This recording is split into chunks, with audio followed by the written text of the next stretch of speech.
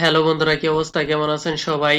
তো যাই হোক, রিসেন্টলি রামায়ণ সিনেমার গ্লিমস রিলিজ হওয়ার পরে সোশ্যাল মিডিয়ায় বহুত সারে ট্রল হচ্ছে।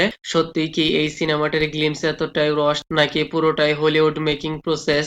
এন্ড তারপর সোশ্যাল মিডিয়ায় কোন কোন বিষয় নিয়ে তোলপাড় চলছে এই ভিডিওর মধ্যে তাই দেখতে পাওয়া যাবে। তো প্রথমে আমার পয়েন্ট অফ ভিউ থেকে বলছি, ডেফিনেটলি এই সিনেমাটির গ্লিমস আমার কাছে ভালো লেগেছে। কেউ কি সিনেমাটি শুধু ইন্ডিয়ান অডিয়েন্সের জন্যই মেকিং করা হচ্ছে না, এইখানে গ্লোবাল অডিয়েন্সদেরও টার্গেট করা হয়েছে। কেউ কি এত বড় বিগ বাজেটের সিনেমায় প্রফিট অর বাজেট রিকভারও তো করতে হবে। তারপরও বেশ কিছু জায়গায় আমার অনেক কোশ্চেন রয়েছে। গ্লিমস দেখে বলা হচ্ছে বহুত সারে শর্ট সিন এআই এর মতো ফিল হচ্ছে। এক সিনে রণবীর কাপুর হেঁটে যাচ্ছে, তার উপরে ফুল ছিটিয়ে দিচ্ছে, একদম এআই জেনারেটে ভিডিও মনে হচ্ছে। বিকজ অফ আদার পিপলের স্লোগান তেমন একটা শুনতে পাওয়া যাচ্ছে না। এরকম আরো অনেক সিন রয়েছে, ঝর্ণার পাশে দাঁড়িয়ে আছে, তারপর নদীতে অস্থি বিসর্জন করছে। এই সব সিন গ্রিন ব্যাকগ্রাউন্ড শুটের কারণে সিনে অথেন্টিসিটি ফিল হচ্ছে না। যদি রিয়েল লোকেশনে শুট করা হতো তাহলে মোর দ্যান বেটার ফিল হতো। সোশ্যাল মিডিয়ায় আবার কেউ এই সিন গুলার same to same realistic AI video generate করছে, যা অলরেডি ভাইরাল চলছে। আর এই গ্লিমসের মধ্যে যে লেভেলের দানব ক্রিয়েচার দেখানো হয়েছে তা একদমই হলিউড সিনেমার বলা হচ্ছে।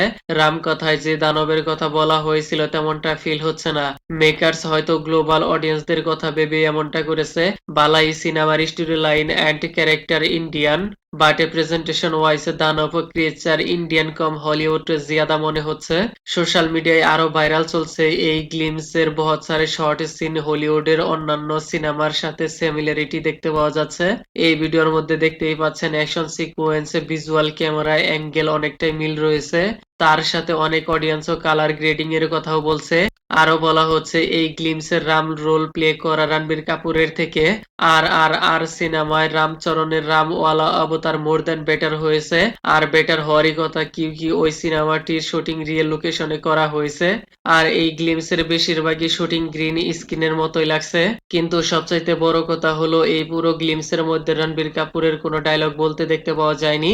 অডিয়েন্সদের অনেক এক্সপেক্টে ছিল জবরদস্ত একটা ডায়লগ। আর এত ট্রোলের কারণও রয়েছে, যখনই রিভিল করা হয়েছে বাজেটে 4,000 কারোর, কিছু অডিয়েন্সের মাইন্ডসেট স্টিল হয়ে গেছে এমন কি দেখতে পাওয়া যাবে এই বিগ বাজেটের সিনেমায়।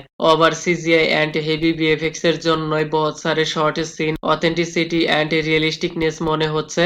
লেকিন হেভি ভিএফএক্স এ সিজিআই হলে হলিউড, আর লো ভিএফএক্স এ সিজিআই হলে আদিপুরুষ, এমনটাই বলবে অডিয়েন্স। তো মেকার্স কোন দিকে যাবে? তো যাই হোক, আপনার কি মনে হয় টিজারটি কেমন হয়েছে, নাকি অডিয়েন্সদের দিকে ফোকাস করা উচিত? Kindly subscribe my channel. Okay then, ভিডিওটি কেমন লেগেছে আপনার? ধন্যবাদ, দেখা হবে পরের ভিডিওতে।